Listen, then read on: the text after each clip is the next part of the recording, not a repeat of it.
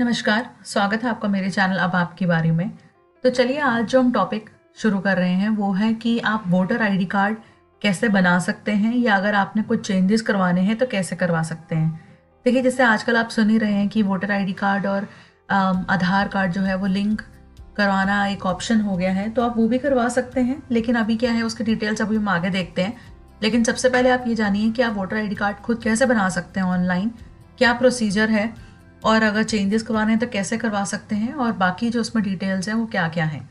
तो देखिए इनका जो ये पोर्टल है वो है voterportal.eci.gov.in। इस पर मैं क्लिक कर देती हूँ। तो देखिए यहाँ पे सारी ऑप्शंस है मेरे पास। अब देखिए आपको यहाँ पर क्या करना है, आपको या तो अपना मोबाइल नंबर से, ईमेल आईडी से वोटर आईडी कार्ड से रजिस्टर करना है और फिर आपको अपना पासवर्ड क्रिएट करना है। तो देखिए अगर आप फर्स्ट टाइम आ रहे हैं तो आपको क्रिएट एन अकाउंट पे क्लिक करना है। लेकिन अगर आप पहले भी अपना अकाउंट क्रिएट कर चुके हैं तो अगर आप मोबाइल नंबर से कर चुके हैं तो मोबाइल नंबर डालिएगा, पासवर्ड डालिएगा, ये मैथ्स का सवाल सॉल्व करिएगा और फिर लॉगिन करिएगा। तो चलिए मैं क्रिएट एन अकाउंट पे क्लिक करती हूँ। देखिए वो यहाँ पे कह रहा है कि अगर आप ओवरसीज इलेक्टर हैं, अगर आप बाहर आउट ऑफ इंडिया के हैं तो आप सिलेक्ट करिएगा, अदरवाइज इसको आप अनचेक रहने दीजिएगा। आप देखिए वो पूछ रहा है कि आप अपने आप को ईमेल आईडी से रजिस्टर करना चाहते हैं या फिर आप अपने आप को 10 डिजिट मोबाइल नंबर से रजिस्टर करना चाहते हैं। तो मैं रजिस्टर करती हूँ, फिर मैं आपको आगे का प्रोसीजर शो करती हूँ। तो देखिए जब मैंने मोबाइल नंबर डाला है तो आपको एक OTP आता है। मुझे एक OTP आ गया है, मैं उसको वेरीफाई करवाती हूँ यहाँ पर वेरिफिकेशन कोड डाल के और फिर कंटिन्यू करते हैं इसको। अब देखिए मेरा मोबाइल नंबर जो है वो रजिस्टर हो गया है। मुझे पासवर्ड क्रिएट करना है। उसके बाद मुझे मैथ्स का सवाल डालना है, यहाँ पर सॉल्व करना है, टर्म्स एंड कंडीशंस एक्सेप्ट करनी है और फिर क्रिएट अकाउंट क्लिक करना है।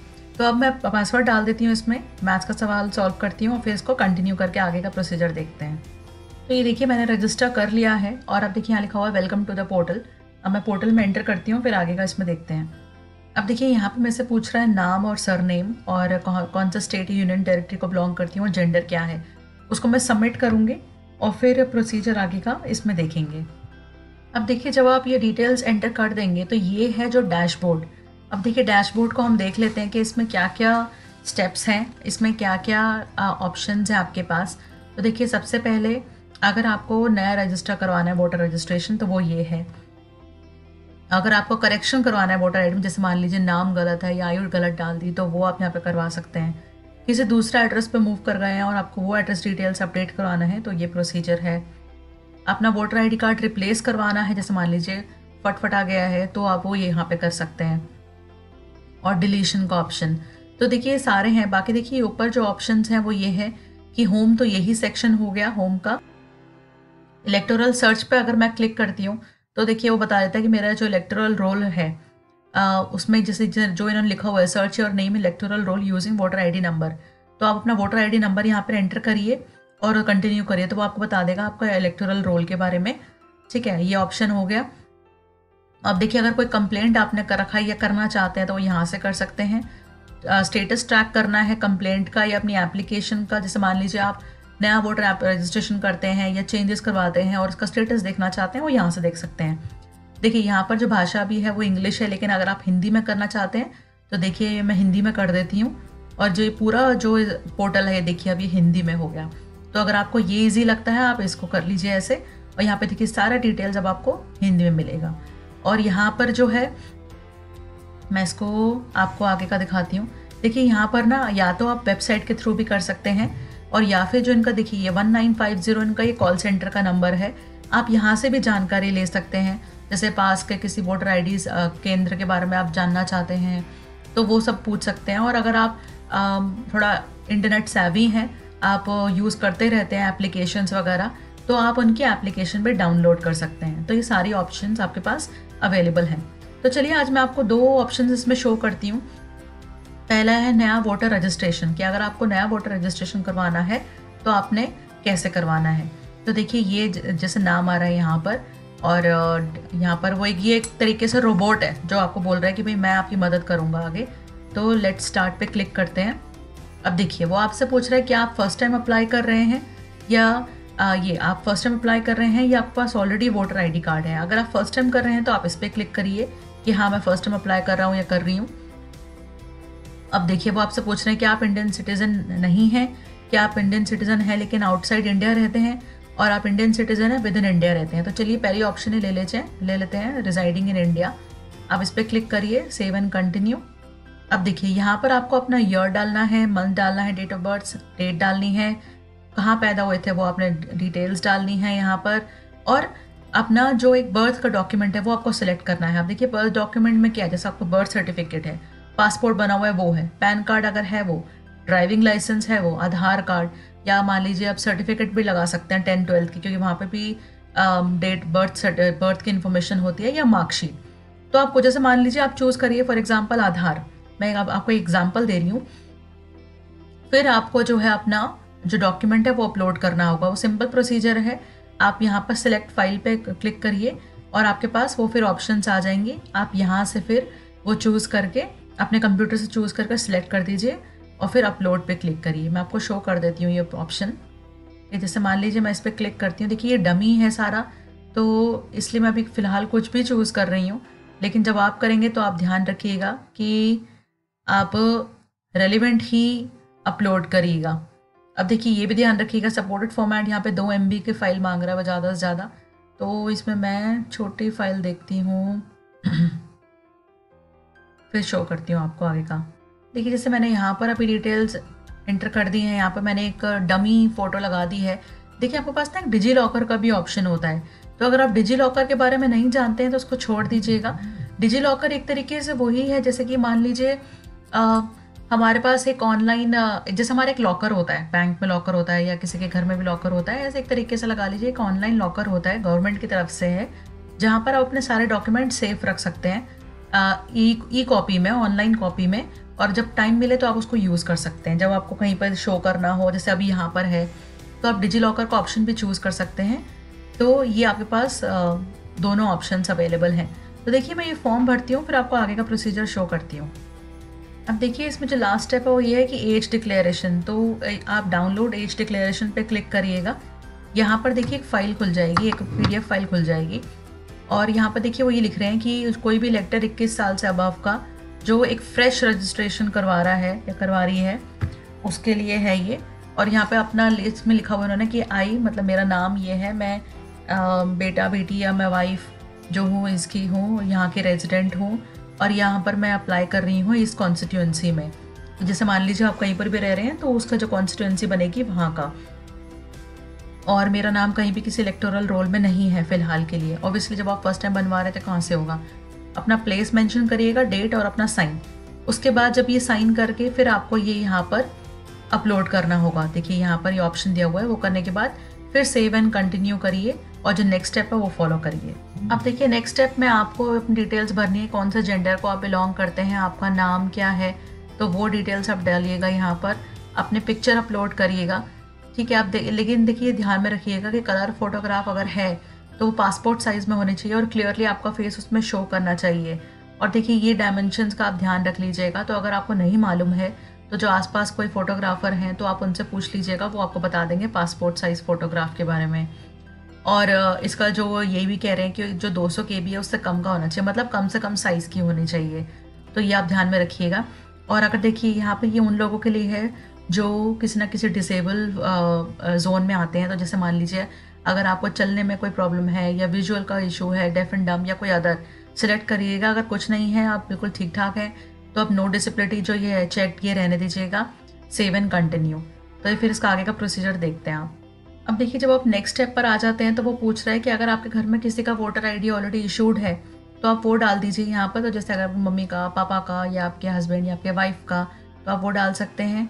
अपने जो रिलेटिव है उनका नाम, और अगर आपको इसमें जो है उनका रिलेशन क्या है, साथ में फादर है, मदर है या कुछ और, वो चूज़ करिए, फिर सेव एंड कंटिन्यू करिए। तो देखिए जब आप वो डिटेल्स डाल देते हैं तो आपको अब यहाँ पर अपना हाउस का डिटेल्स डालना है जहाँ आप करंटली रह रहे हैं, और कॉन्स्टिट्यूएंसी का। तो देखिए कॉन्स्टिट्यूएंसी वो होता है जैसे उन्होंने लिखा हुआ है कि जहाँ पे आप करंटली रह रहे हैं वो कॉन्स्टिट्यूएंसी मानी जाएगी, और वो फिर आपका जो ये जितने भी डिटेल्स है ये बूथ लेवल ऑफिसर फिर वेरीफाई भी करवाएंगे। इसलिए ध्यान रखिएगा आप जो भी इन्फॉर्मेशन डाल रहे हैं वो सही डालें। तो मैं डिटेल्स एंटर करती हूँ, फिर इसका नेक्स्ट स्टेप देखते हैं। देखिए कॉन्स्टिट्यूएंसी चूज़ करने के आपके पास 2 ऑप्शन होंगे, या तो आप मैप के थ्रू कर सकते हैं, लेकिन अगर आपको ऑलरेडी मालूम है तो सिंपल है, आप अपना स्टेट डालिए, डिस्ट्रिक्ट डालिए और वहाँ कॉन्स्टिट्यूंसी की ऑप्शन आ जाएगी जो मैं अभी आपको शो करती हूँ, और फिर आप उसको चूज़ कर सकते हैं। देखिए जैसे मैंने यहाँ पे स्टेट डाल दिया NCT ऑफ दिल्ली, डिस्ट्रिक्ट डाल दिया फॉर एग्जांपल न्यू दिल्ली, तो ये मैं सारी डमी डिटेल्स आपको शो कर रही हूँ। और देखिए यहाँ पर असेंबली कॉन्स्टिट्यूंसी अब आपको वो ऑप्शन देगा। तो जैसे मान लीजिए आप RK पुरम के आसपास रह रहे हैं, RK पुरम चूज़ करिए। यहाँ पर आपको एड्रेस प्रूफ चूज़ करना होगा। तो देखिए एड्रेस प्रूफ में इंडियन पासपोर्ट आ जाएगा आपका, और या तो वाटर बिल आ जाएगा, पानी का बिल, या बिजली का बिल आ जाएगा, गैस कनेक्शन का आ जाएगा। इसमें तो बहुत सारी ऑप्शंस हैं। राशन कार्ड है, कोई अगर आप रेंट पर रह रहे हैं या सेल पे रह रहे हैं तो उसका डिटेल्स हो गया, या मान लीजिए कोई पोस्ट आया है आपको, पोस्टल डिपार्टमेंट से, तो उस पर जो एड्रेस मेंशन होता है वो आपके ऑब्वियसली घर का ही होगा। तो आप कुछ भी चूज़ करिए इसमें। तो जैसे मान लीजिए मैं यहाँ पर राशन कार्ड का चूज़ करती हूँ, तो सेम प्रोसीजर है, आपको अपलोड करना होगा। फाइल सेलेक्ट करिए, अपलोड करिए और फिर सेव एंड कंटिन्यू करिए। तो मैं करती हूँ, फिर आगे का प्रोसीजर देखते हैं। अब देखिए लास्ट में जो है सेल्फ डिक्लेरेशन है, वो ये बोल रहा है कि देखिए ये मेरा नाम है, मैं सिटीजन ऑफ इंडिया, मैं इस एड्रेस पे रहता हूँ। ये सब देखिए सारा डमी है, कितने साल से रह रहा हूँ तो आपको देखिए वो डाल दीजिए। जैसे मान लीजिए मैं यहाँ डाल देती हूँ 2016 से महीना जून 2016 से मैं यहाँ रह रहा हूँ या रह रही हूँ। मैंने पहले कभी अप्लाई नहीं किया है और मेरा कभी पहले नाम नहीं आया है। देखिए आज की डेट वो ऑटोमेटिकली कैप्चर कर रहा है। आप अपना यहाँ पे नाम डालिएगा, यहाँ पर अपना नाम डालिएगा, यहाँ पर प्लेस डालिएगा, सेव एंड कंटिन्यू। तो मैं ये करती हूँ, फिर आगे का प्रोसीजर देखते हैं। अब देखिए फॉर्म 6 है जो लास्ट डिक्लेरेशन होगा। तो देखिए इसमें उन्होंने क्लियरली लिखा हुआ है कि या तो आप फर्स्ट टाइम अप्लाई कर रहे हैं या फिर आप शिफ्ट करना चाहते हैं। जैसे हमने शुरुआत में देखा था, एक कॉन्स्टिट्यूंसी से दूसरा। जैसे मान लीजिए आप फॉर एग्जाम्पल अभी RK पुरम रह रहे हैं और बाद में आप वसंत विहार शिफ्ट हो जाते हैं, तो और अब मान लीजिए कॉन्स्टिट्यूंसीज अलग हो गई बिल्कुल, तब आप ये फॉर्म दोबारा यूज़ कर सकते हैं। तो यही प्रोसीजर रहेगा जो हमने शुरुआत में देखा था। तो देखिए सारी डिटेल्स वही हैं जो हमने पहले कवर करी थी, उसमें सारा डिटेल्स वो आपको दोबारा कंफर्म करवा रहा है। क्या था जो हमने पहले किया था वो सारी डिटेल्स उसमें दोबारा कंफर्म करवा रहा है।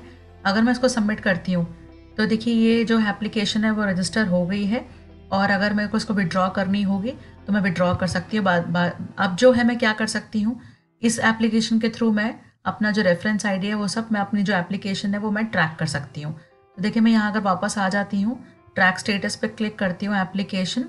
अब जो मेरा रेफरेंस नंबर था वो रेफरेंस नंबर मैं यहाँ डाल सकती हूँ और उसके बेस पे मैं ट्रैक कर सकती हूँ एप्लीकेशन। तो ये प्रोसीजर है नए का। अब करेक्शन करवानी हो तो आप कैसे करवा सकते हैं। तो देखिए जैसे कि मैंने ये फॉर्म भर दिया था यहाँ पर, अब जो है ये मेरा रेफरेंस ID है, और देखिए यहाँ पर ये स्टेप्स हैं। जो सबमिट होगी आपकी application, booth level officer appoint होंगे, फिर फील्ड वेरिफिकेशन होगी और एक्सेप्टेड और रिजेक्टेड। तो यहाँ पर आप ऐसे चेक कर सकते हैं, और यहाँ पर भी ट्रैक स्टेटस पर एप्लीकेशन अपना रेफरेंस नंबर डालिए आप और ट्रैक योर स्टेटस, तो आपको ऐसे शो करेगा यहाँ पर। तो देखिए मैं आज आपको इसका जो सेकंड पार्ट है, या जो बोले जाए इसका जो सेकंड ऑप्शन है correction in voter ID card, वो मैं आपको शो करती हूँ। देखिए जब आप इस पर क्लिक करेंगे तो यहाँ पर वो सेम बॉट आ रहा है, लेट स्टार्ट पे क्लिक करिए।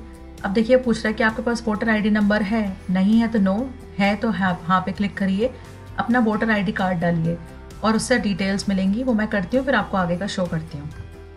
देखिए यहाँ पर जो मैंने डिटेल्स डाली थी तो यहाँ पर सब डिटेल्स आ गई हैं उसकी।